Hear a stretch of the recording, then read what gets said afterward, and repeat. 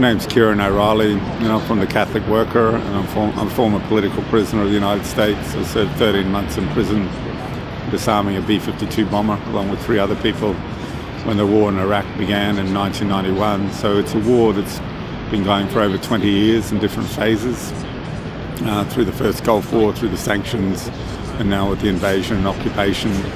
And it's interesting to see that realised that Bradley Manning was only 13 and living here in Britain when this phase of the war began, the invasion of Iraq.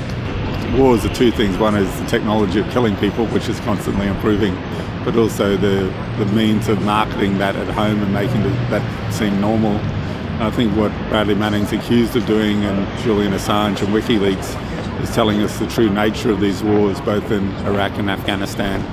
And the torture of Bradley Manning and his courageous steadfastness and refusing to break under that torture, I think is quite inspirational.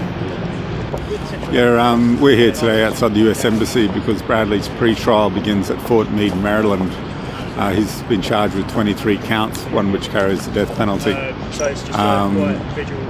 It's a military tribunal, it's not a civilian trial. Obama has already been quoted saying that Bradley is guilty, so it's hard to see how a military tribunal is going to find anything different from their commander-in-chief, who's outrageously come to a decision before any evidence has been presented in the tribunal. Bradley turns 24 this Saturday, a day after his pre-trial begins, and we'll be here again in solidarity with him.